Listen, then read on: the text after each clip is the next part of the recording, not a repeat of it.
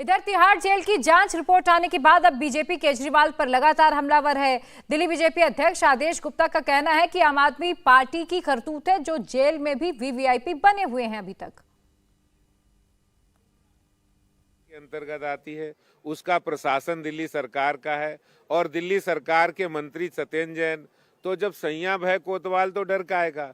जब जेल मंत्री खुद जेल में है तो सारा जेल का अमला उनकी सेवादारी में लगा था, उनकी तीमारदारी में लगा था। इसीलिए सारे नियम कानून को ताक में रख दिया, सारे धज्जियां उड़ा दी। आम कैदी को जिस तरीके से रखा जाता है उससे अलग वीवीआईपी तरीके से रखा गया और मसाज की कराएगी। और कैदी इसलिए मसाज करते थे कि उनको पनिशमेंट ना हो।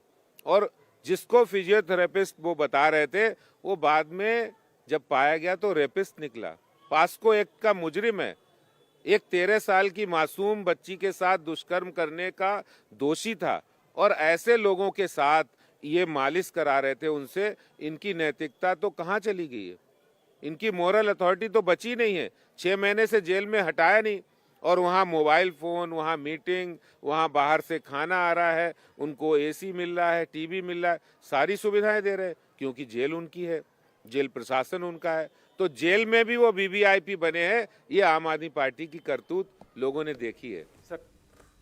तो आपने बीजेपी के नेता और साथ ही प्रदेश अध्यक्ष आदेश गुप्ता को सुना। अब बीजेपी के एक और नेता है मनजिंदर सिंह सिरसा, उन्होंने सत्येंद्र जैन को लेकर केजरीवाल को कैसे घेरा वो भी सुनिए।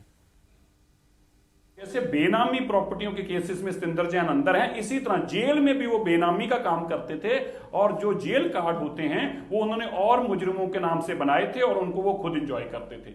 यहां तक कि सत्येंद्र जैन को डीजी जेल उनके कमरे में मिलने आते हैं और उनकी धर्मपत्नी भी वहां मौजूद है। आप समझ के देखिए कि सत्येंद्र जैन का कितना रुतबा और कितना वीवीआईपी आदमी है वो।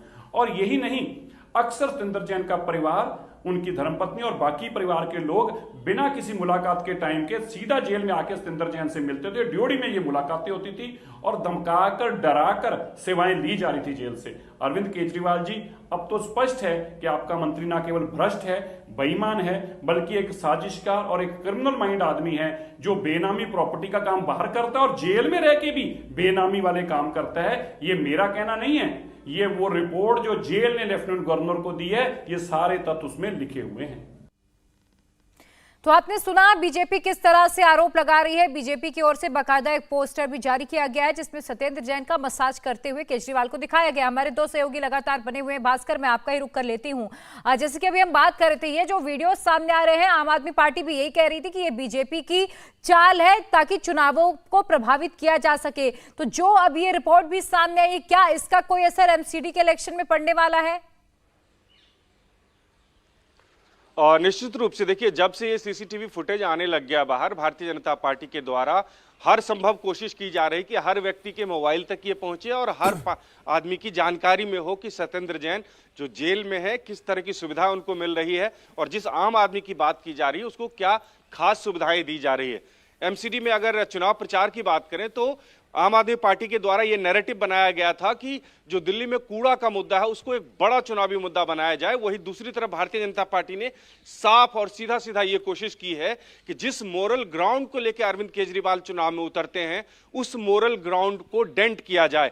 और यही कोशिश थी कि जैसे जैसे वीडियो आ रहे थे, भारतीय जनता पार्टी के तमाम लीडर्स जो हैं वो आक्रामक होते थे और अपनी तमाम सभाओं में, चाहे बड़े लीडर हो या छोटे लीडर हो, बात यही की जा रही है।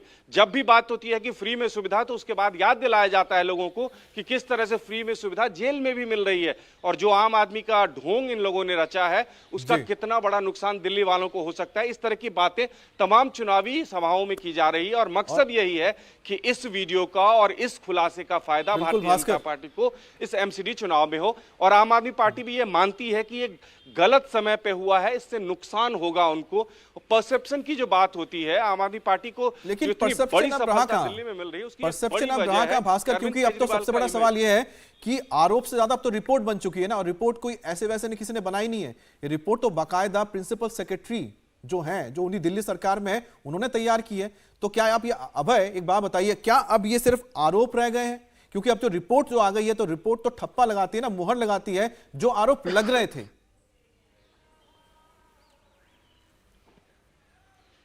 देखिए बिल्कुल जो आरोप लग रहे थे उन पर जो सफाई दी जा रही थी, principal secretary home, principal secretary law, इन सब ने बाकायदा पूरी की पूरी एक जांच की और जांच का केवल जांच नहीं की बल्कि तिहाड़ जेल में जाके ना केवल उन अधिकारियों से बातचीत की, उन अधिकारियों को बुलाया मीटिंग में जिनको सस्पेंड किया गया, जो कि जेल के सुपरिटेंडेंट थे, जब उन्हें लगा कि पूरी तरीके से लापरवाही की गई है। और दूसरी बड़ी बात, जो आरोपी हैं, जिन 5 दूसरे कैदियों से ये तमाम सेवाएं सत्येंद्र जैन को दिलवाई जा रही थीं, उनके स्टेटमेंट तिहाड़ जेल में जाके दर्ज किए हैं। उन्होंने साफ तौर पे ये बताया है कि किस तरीके से उन्हें मजबूर किया गया। तो उनके स्टेटमेंट बहुत ज्यादा इंपॉर्टेंट हैं और ये तमाम जो बातें हैं, जो रिपोर्ट है, ये कहीं ना कहीं पूरी तरीके से जांच पड़ताल करने के बाद तैयार की गई है, जिससे ये साफ होता है कि सिर्फ सत्येंद्र जैन के ऊपर इसमें सवाल नहीं उठाया गया है, बल्कि बाकायदा पूरी जांच करके जेल के अधिकारी, चाहे वो तत्कालीन डीजी हो, क्योंकि रिपोर्ट में यह बात भी लिखी है कि सेल के अंदर यह भी देखा गया कि करीब 50 मिनट जो जेल के तत्कालीन डीजी थे संदीप गोयल, वो सत्येंद्र जैन से मुलाकात करते हैं, जिससे ये लगता है